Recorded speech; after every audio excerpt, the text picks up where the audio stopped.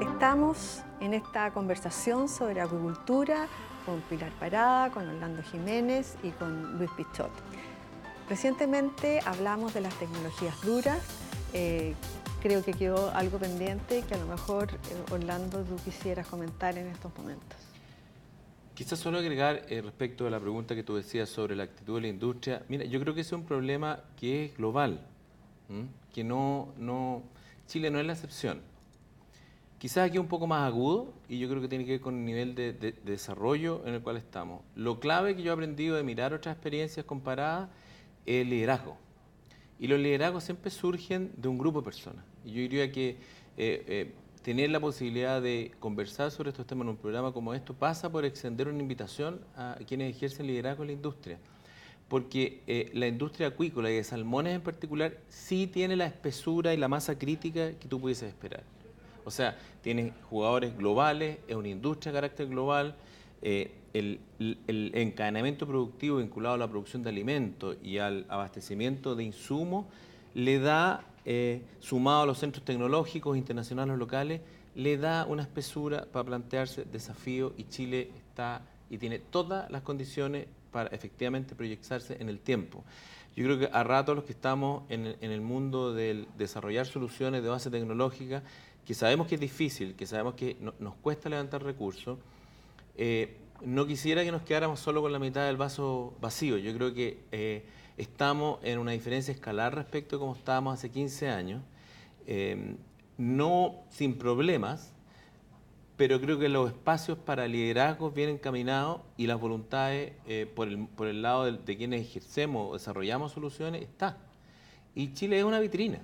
Nosotros estamos desarrollando un proyecto que partió hace 1 año y medio, yo diría, y no hay ningún país competidor de Chile que tenga un modelo como el que estamos implementando, que luego quizás lo podremos explicar más adelante.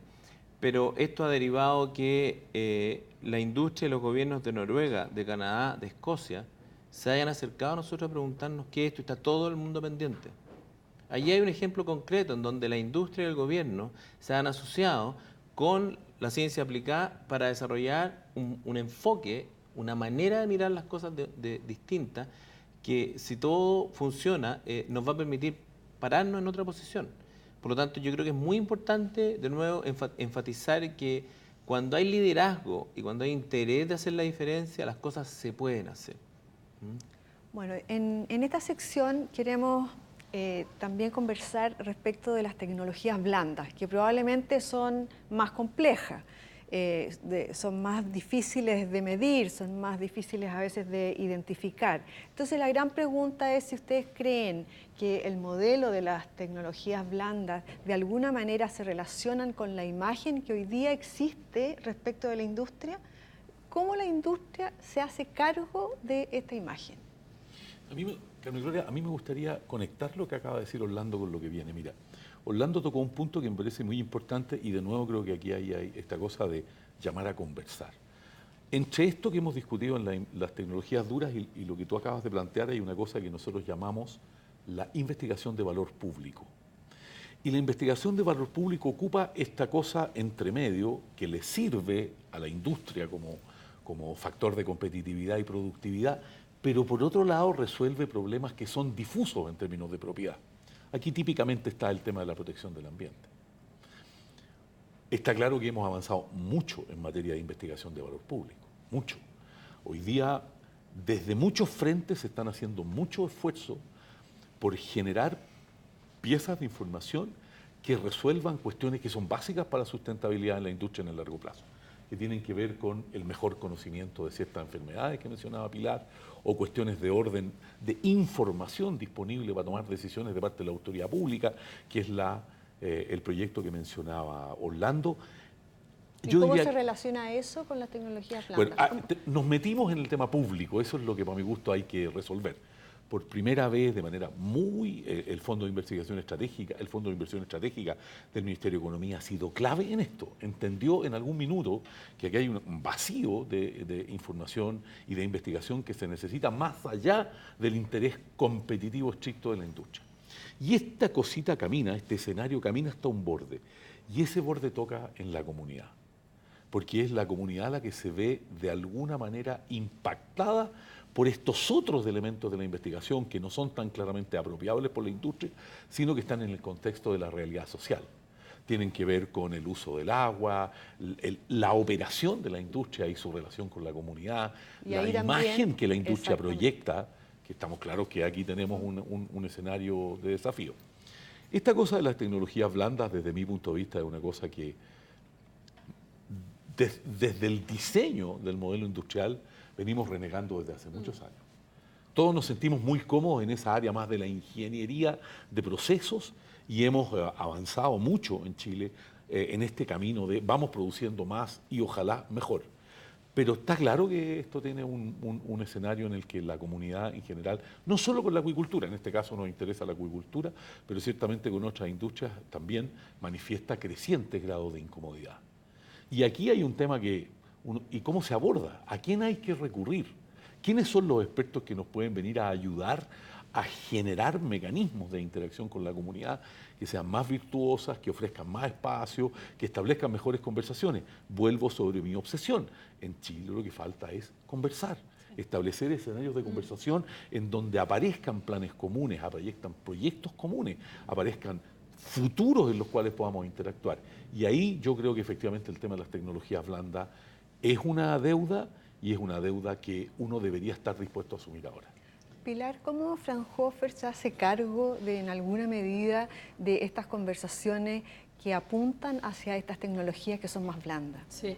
Mira, fíjate que es bien interesante en Alemania, el modelo de Fraunhofer es que Fraunhofer participa como asesor del Ministerio de Ciencia y Tecnología. ¿Ah? Ahora, aquí en Chile vamos a tener, nos falta poco para llegar a eso, para tener este Ministerio de Ciencia y Tecnología. Y yo creo que entidades como CISAIRO, como Fraunhofer, que son entidades independientes, son las que estamos llamados a tener este carácter de independencia para poder generar comunicación y comunicación libre de esta suspicacia, ¿no? Porque el problema que nos ocurre hoy día, tú decías, Luis, estamos llamados a conversar y generar diálogo. Efectivamente, las comunidades son cada vez más suspicaces, porque dice, ¿por qué ahora se sienta conmigo a conversar? ¿Ah? Entonces, y más encima si uno tiene detrás la industria salmonera, no te van a creer, no se van a sentar finalmente a conversar. Lo mismo pasó en la minería, hasta que se entendió que tiene que ser una relación no transaccional, porque finalmente lo que pasó mucho en la minería es que quiero hacer acá un yacimiento al lado de este asentamiento, entonces le doy dinero a este asentamiento para compensar el efecto que va a tener mi actividad industrial. No, tiene que ser mucho antes, mucho antes. Bueno, y por eso también este nivel de conversación finalmente, porque tiene que ver con ampliar una tribuna, que es una tribuna que nos permite una conversación con las comunidades y llegar a las comunidades a las cuales nosotros como personajes insertos en el ámbito de la acuicultura queremos lograr. En ese sentido, ¿de qué manera CISAIRO también está inserto en estas conversaciones con comunidades? Porque según lo que tengo entendido, además, ustedes promueven las relaciones de colaboración. Por lo tanto, en esta promoción de relaciones hay una parte de las tecnologías blandas que yo creo que están muy sensibles, están muy abiertas. Mira, nosotros, a ver, yo creo que lo primero que uno debiera señalar en este tema es que la democracia en general y las instituciones en particular evidentemente están en crisis. Entonces, lo que pasa es que aun cuando tú puedes ser un privado que tiene una lógica puramente productiva y todos tus indicadores y tus capacidades internas están vinculadas a esa lógica productiva, desafortunadamente, la mala noticia es que tú ya no puedes plantearte un proyecto de inversión si es que no consideras el factor de vínculo con las comunidades. Eso es lo que nosotros llamamos licencia social para operar. ¿Esto qué quiere decir? Que una licencia que no existe, que nadie te la da, pero que tú te das cuenta que la perdiste cuando tienes gente protestando enfrente de tu empresa. Desde el aporte, desde la ciencia, nuestra pregunta fue decir, bueno, ¿cómo contribuimos a esta discusión? Porque tú tienes por un lado las empresas de ingeniería que desarrollan proyectos, tienes las consultoras que ayudan a las compañías a relacionarse con las comunidades. Y lo que nosotros hicimos fue desarrollar un enfoque que le permitiera, en el fondo, ayudar a todo el ecosistema a entender la fenomenología que hay detrás de la desconfianza. Y lo que hicimos es, por la vía de distintas técnicas estadísticas, de matemáticas, modelamos confianza y desarrollamos un modelo. Y que hoy día es un spin-off, una empresa que salió de Cyro, que se llama Reflexivity, que básicamente lo que hace es modelar a partir de un modelo matemático los factores que determinan que exista o no exista confianza en torno a tu proyecto en particular. Y esto es muy importante porque ha sido súper interesante, lo aplicamos en Chile en minería a nivel nacional y en general son 4 variables que están detrás de esto y que condicionan cualquier pérdida o no de la licencia social para operar de cualquier empresa. Uno es el vínculo que la empresa tenga con las comunidades. Y vínculo hay 2 tipos, en cantidad y calidad. En general, lo que la evidencia muestra es que tú tienes que, más que la cantidad de veces que interactúas con la gente, es la calidad del vínculo, que sea genuino. Y yo creo que eso a nosotros como país donde hay inequidades territoriales y de clase entre las regiones y el centro y entre los estratos sociales nos pasa la cuenta. Porque muchos de los tomadores de decisiones tienen poco que ver con las comunidades finalmente que van a ser afectadas por eso. Entonces allí hay una voz de alerta, aquí tenemos que hacer otra mirada. La segunda familia de variables que son súper relevantes es lo que nosotros llamamos equidad procedimental, que tiene que ver con la transparencia, que tiene que ver con la gobernanza de la toma de decisiones que tú haces. No solo tiene que ver con el vínculo en términos de cantidad y calidad, sino tiene que ver con cuán transparente e inclusivo eres en la toma de decisión. Y tercero, tiene que ver con el impacto. En zonas, sobre todo donde hay pobreza, tú inevitablemente vas a generar como proyecto expectativas de progresión social para las comunidades. Entonces es muy importante que tú, en alianza con el sector público, puedas ver dónde está el impacto y qué expectativas de impactos tiene la comunidad respecto de eso. En minería, por ejemplo, nos salió en el análisis que hicimos que a la gente no le interesa, lo que decía la Pilar, que vaya y que la empresa le pase plata directamente. Lo que le interesa es que pague su impuesto y que el gobierno pueda construir hospitales, pueda construir escuelas. Entonces, esta es una conversación que hay que tener. Y la mala noticia para las empresas, si tú quieres, es que esta no puede ser una variable exógena. Esta tiene que ser una variable inclusiva desde el diseño de mis proyectos.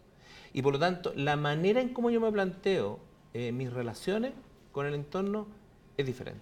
¿Y crees tú, Orlando, que la industria en alguna medida se hace cargo de esta problemática o al menos hoy día se está haciendo cargo de esta problemática? ¿Está considerando los factores que tú acabas de enumerar, por ejemplo? Yo creo que hemos ido aprendiendo a partir de errores sucesivos en el tema y nos queda mucho por caminar, pero yo creo que la manera de abordarlo es decir, aquí tenemos que cambiar la forma de relacionarlos, porque la manera tradicional ¿cuál es? Es que yo soy una empresa, hay leyes, hay permisos, yo postulo a estas leyes, estos permisos y me los dan y yo quedo feliz. Pero yo estoy en zonas remotas y resulta que al lado de mi instalación viene otro que a lo mejor no pidió todos los permisos y además tiene las redes sociales. Entonces viene una persona, viene un turista, saca una foto y no te diste cuenta en 2 días esa filmación está volando con millones de reproducciones y eso no solo va a afectar a la empresa que hizo el daño, va a afectar a toda la comunidad. Entonces ya no basta el cumplir y por eso hablamos de licencia social para operar. Y la licencia social para operar somos todos partes y todos tenemos que jugar un rol en aquello. Luis, ¿esto es para estar optimistas o pesimistas respecto al tema? Yo quiero hacer aquí un contrapunto porque yo creo que la aproximación de Orlando desde el punto de vista de esta reflexión que venimos haciendo en el programa estratégico es la reflexión desde la industria. Lo que nosotros no tenemos nada claro hoy día es cómo es la misma reflexión desde la comunidad. Aparentemente lo que estamos haciendo es seguir entregándole herramientas al modelo industrial para que comprenda a la comunidad. En esta serie de programas que estamos haciendo con Carmen Gloria y el canal, vamos a tener una conversación sobre comunidad un poco más adelante. Pero hasta ahora lo que ocurre es que cuando uno configura el fenómeno industrial lo ve relativamente claro. pero cuando uno configura el fenómeno comunitario, lo que ve es un vidrio empavonado. La industria no comprende qué es lo que hay más allá, no entiende bien. Mira, y pongo un ejemplo. En el conflicto de la marea roja que se dio a principios de este año en Chiloé con mucha fuerza y que nos generó a todos un montón de aprendizajes, uno veía emerger liderazgos comunitarios a razón de uno por cada 3 días. Los liderazgos comunitarios históricos, ninguno estuvo presente, fue rápidamente sobrepasado por la condición de coyuntura, y por lo tanto tengo claro que es un extremo, pero cuando uno conversa desde el intento de buscar herramientas de las tecnologías blandas para esto, uno se pregunta, desde la comunidad para acá, ¿quién es el representante? En un escenario en el cual tú acabas de decir que el sistema institucional está cuestionado. Y nosotros venimos de una cultura en donde las autoridades están investidas de un poder de representación que hoy día puede eventualmente también estar cuestionado. Entonces todo el modelo industrial, para mi gusto, se ve sin una interfase. Y la interfase que llamamos nosotros groseramente tecnologías blandas, que es esta especie de traductor que te permite entender bien esta discusión de herramientas para tomador de decisiones con esta otra que es, ¿qué es la comunidad? Nosotros conocemos ejemplos de personas que viven a 600 kilómetros de un proyecto que no tienen ningún impacto con el proyecto y que cuestionan con el proyecto con una legitimidad que hace que el proyecto se caiga. Y entonces, de nuevo, ¿cuáles son los elementos de las tecnologías blandas que debieran estar o que hay que discutir para que uno tenga una mejor aproximación a la comunidad? Pero Luis, déjame que te diga y te interrumpa. Es lo mismo que pasa con los movimientos antivacuna, o sea, y en general con esta situación de desconfianza del otro que hace dinero y que hace mucho dinero y entonces desconfío. ¿Me entiendes? Y que más encima no está abordado científicamente, sino que está abordado desde el mito, desde lo que me dijeron, lo que escuché, mi vecina vio, un amigo de mi amigo, no sé qué. Entonces hay un montón de mitos y leyendas que se van creando en torno a las distintas industrias, no solo la salmonera.